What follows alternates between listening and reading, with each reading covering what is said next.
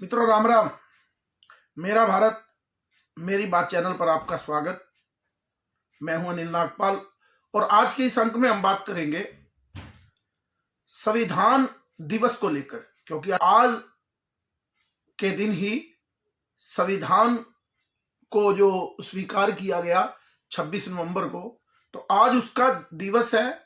और आज ही के दिन हम पूजनीय बाबा साहब अंबेडकर को भी याद करने का दिन है, जिन्होंने देश को एक सुंदर ग्रंथ संविधान के रूप में दिया।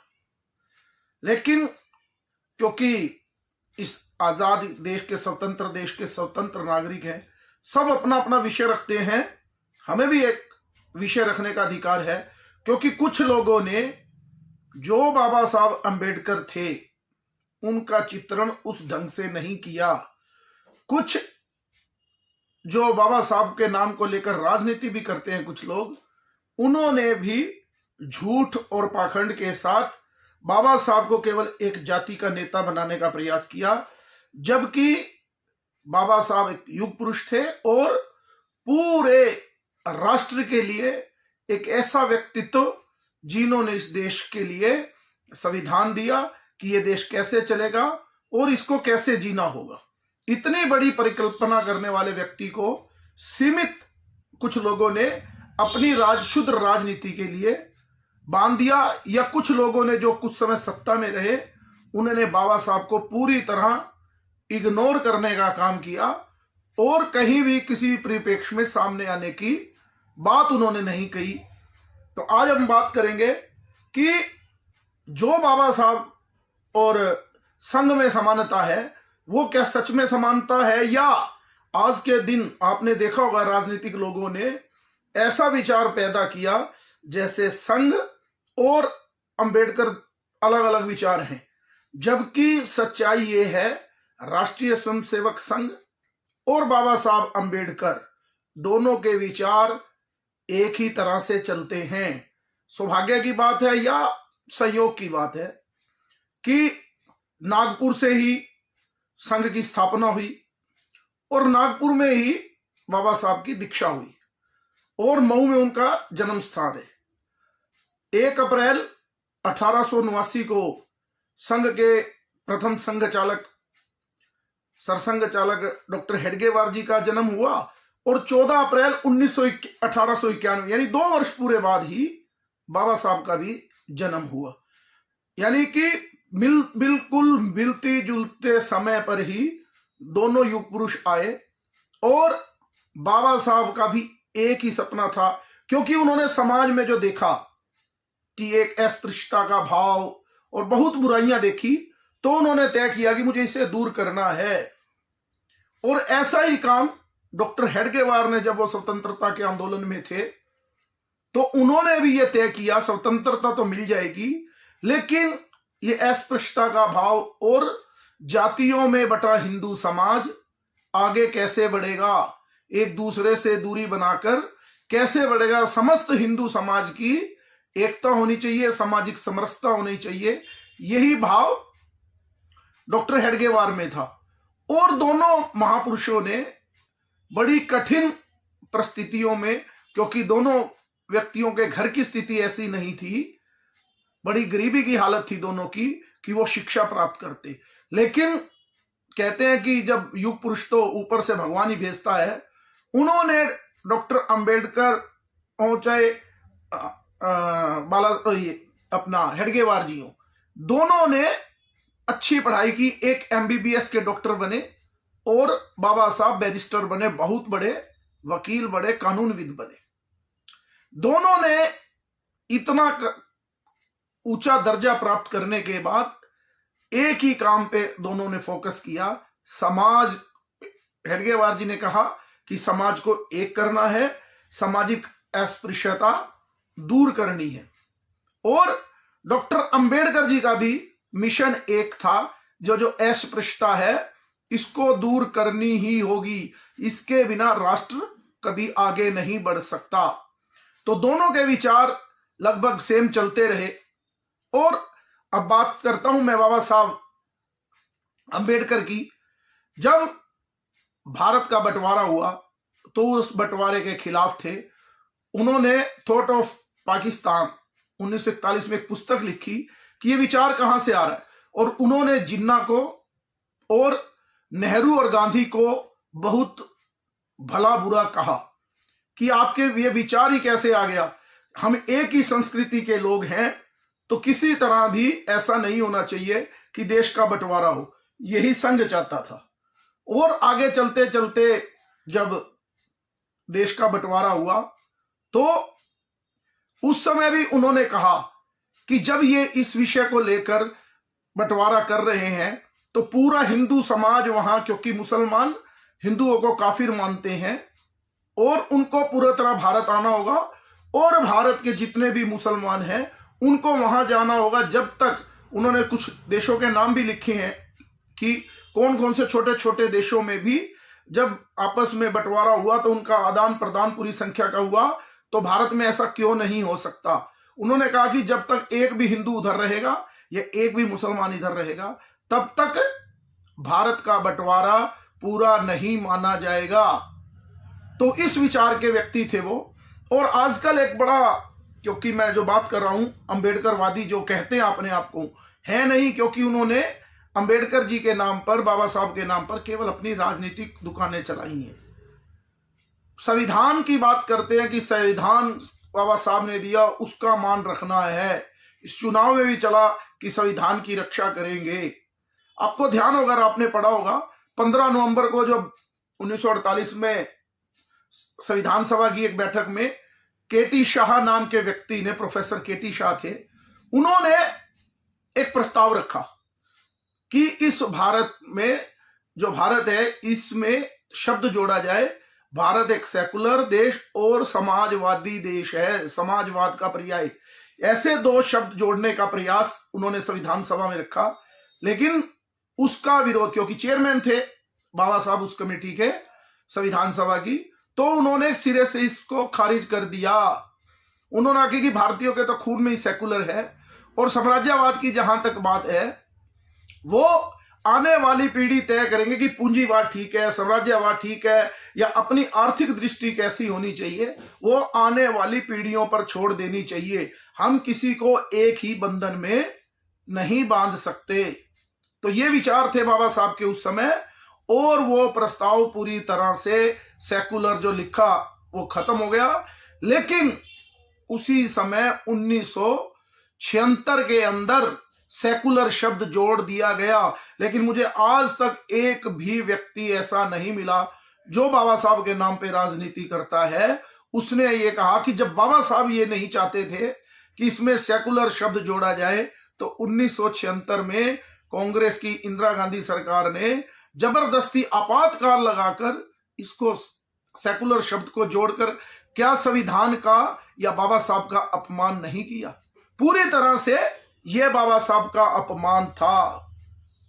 उसके बाद बाबा साहब जब 26 नवंबर 1949 को उनका अंतिम संविधान सभा में भाषण है, तो उन्होंने कहा था एक बात कि हमारे ऊपर मोहम्मद बिन कासिम, और खास तौर पर मोहम्मद बिन कासिम का नाम लेकर कि उन्होंने हमारे मोहम्मद गजनी ने और मोहम्मद बिन कासिम ने हमला किया, हम लोग बटे हुए थे तभी हमारे पर हमला हुआ। मुझे चिंता है कि आने वाले समय में क्या हम एक होंगे। और उन्होंने कहा कि जैसे मुसलमान भारत में रुके, उन्होंने कहा कि देश से ऊपर, संविधान से ऊपर, अपने को, धर्म को ऊपर मानने वाले लोग अगर इस देश में धर्म को ऊंचा मानेंगे संविधान से, तो ये देश मुझे लगता है फिर दोबारा से कहीं अपनी स्वतंत्रता ना खो दे।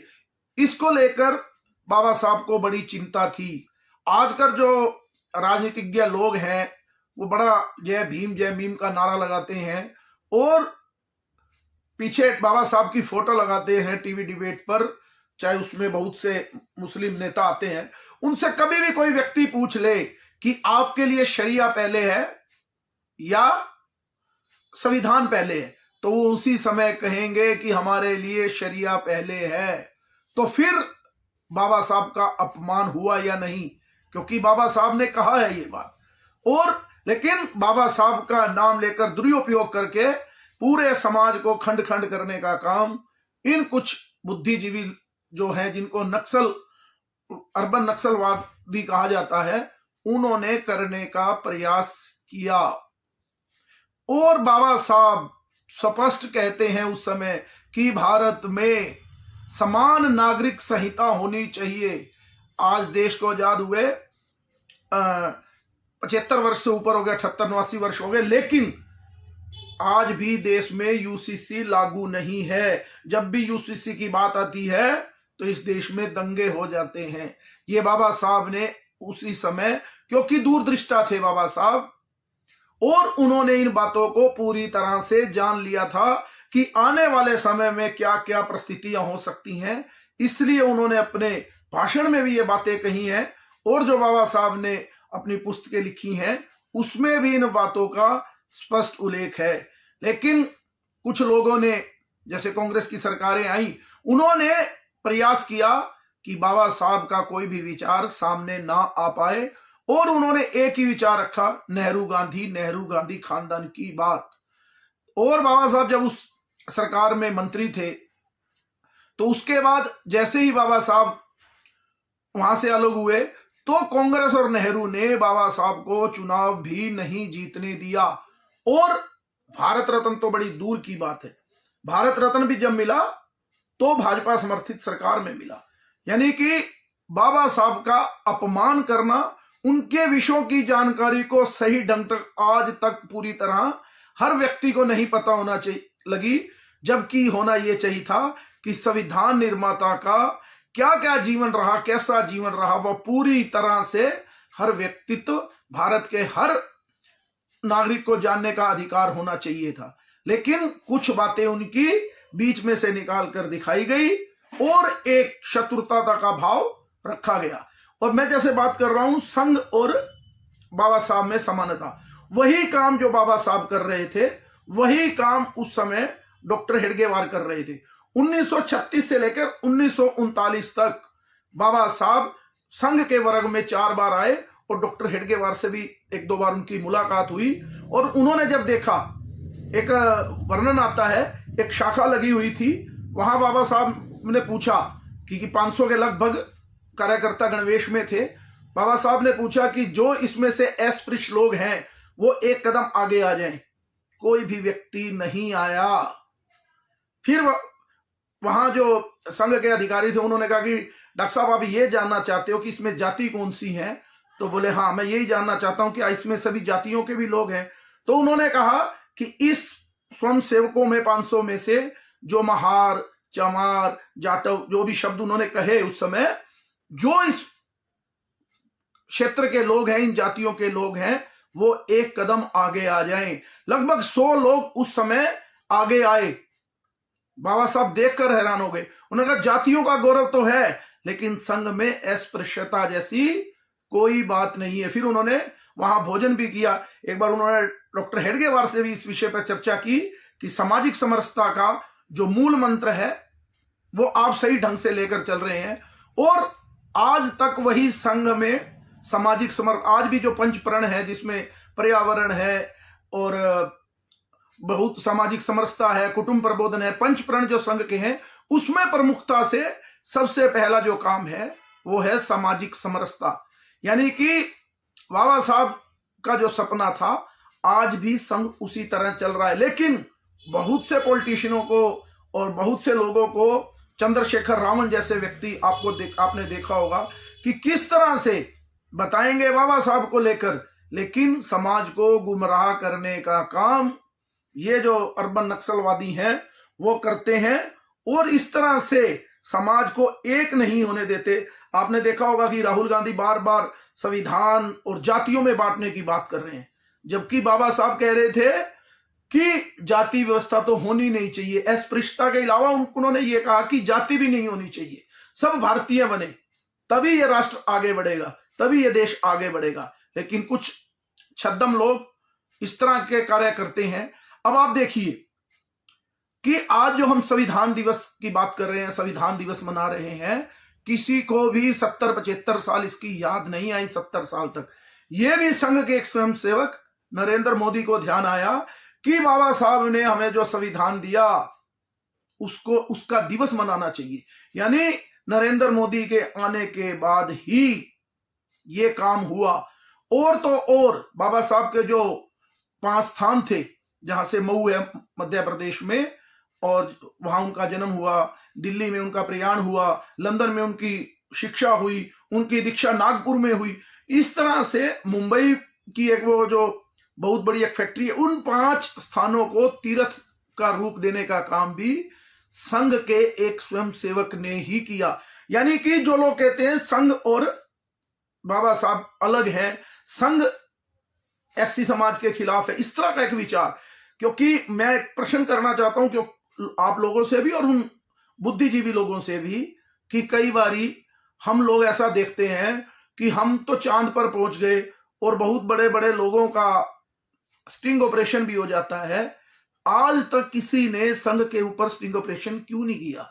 उनकी शाखा, संघ की शाखा तो सुबह पार्क में ही लगती है खुले में, और उनकी जो बैठकें होती है वो भी एक किसी स्कूल में या वहां होती है। कोई भी व्यक्ति जाकर वहां पर जानकारी जुटानी चाहिए कि इस संघ की शाखा में देश के विरुद्ध या समाज के विरुद्ध क्या बातें होती हैं, उसका स्टिंग ऑपरेशन क्यों नहीं करते? चांद तक तो पहुंच गए, लेकिन संघ की एक शाखा तक कोई व्यक्ति नहीं पहुंचा बुद्धिजीवी, कि वो जो स्पष्टता से कहे, जो विरोध में करता है कि संघ की शाखा में होता क्या है। लेकिन एक ही बात कर दी जाएगी कि ये ब्राह्मणवादी विचारधारा के लोग हैं, इस प्रकार के लोग हैं, क्योंकि इससे उनको बाबा साहब के नाम को बेचना है, उनके नाम को झूठा कर बाबा साहब को छोटा करने का प्रयास अपने राजनीतिक हितों के लिए, निजी स्वार्थ के लिए वो लोग करते हैं।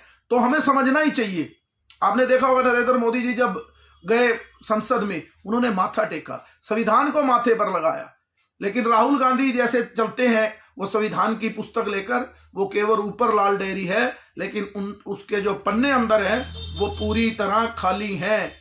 तो जैसे वक्फ बोर्ड की बात अभी चल रही है, तो बाबा साहब के प्रयाण के बाद ही ये वक्फ बोर्ड बिल आया। कहां लिखा है बाबा साहब के संविधान में कि मुसलमानों के लिए एक वक्फ बोर्ड होना चाहिए? क्योंकि वो इन चीजों के खिलाफ थे, वो भारत के विभाजन के भी खिलाफ थे, जैसे मैंने पहले ही कहा। और संघ और बाबा साहब, ये दोनों एक ही कदम, आप पढ़ेंगे पूरा, आजकल तो बुक्स आती हैं, गूगल है, कहीं भी कर सकते हैं। दोनों का जो समान विचार थे, दोनों उसी राष्ट्र को आगे लेकर चलने का विश्वास करते थे, लेकिन अपने स्वार्थ के लिए बहुत से लोगों ने इन दोनों विचारों को अलग अलग करके और एक दूसरे का दुश्मन बनाने का प्रयास किया। लगता है वो प्रयास अब धीरे धीरे विफल भी होगा। बहुत से चुनाव में ऐसी बातें चलती हैं कि ये इस जाति के लोग हैं, ये भाजपा के खिलाफ है। विषय भाजपा संघ और नहीं है, विषय राष्ट्र है। जो राष्ट्र आगे बढ़े वो काम हम सबको मिलकर ही करना होगा।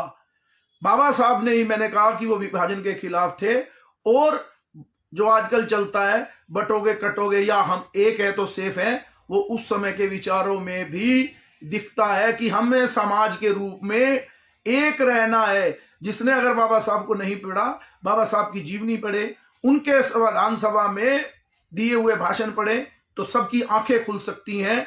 एक युग दृष्टा और एक महामानव के रूप में जैसे बाबा साहब आए, तो उनका सम्मान सभी जाति बिरादरियों में, पूरे एक एक इस देश के नागरिक के मन में होना चाहिए। और जो ये हमें पढ़ाया गया, इसके विषय में भी हमें पूरी जानकारी होनी चाहिए कि संघ और बाबा साहब किस तरह एक रास्ते पर चल रहे थे। आज के अंक में इतना ही। मेरे इस चैनल को लाइक कीजिए, सब्सक्राइब कीजिए और ज्यादा से ज्यादा शेयर कीजिए। मैं पुनः आज संविधान दिवस के दिन पर आप सबको शुभकामनाएं देता हूं और बाबा साहब के चरणों में भी नमन करता हूं, जिन्होंने इस देश को इतना बड़ा संविधान दिया।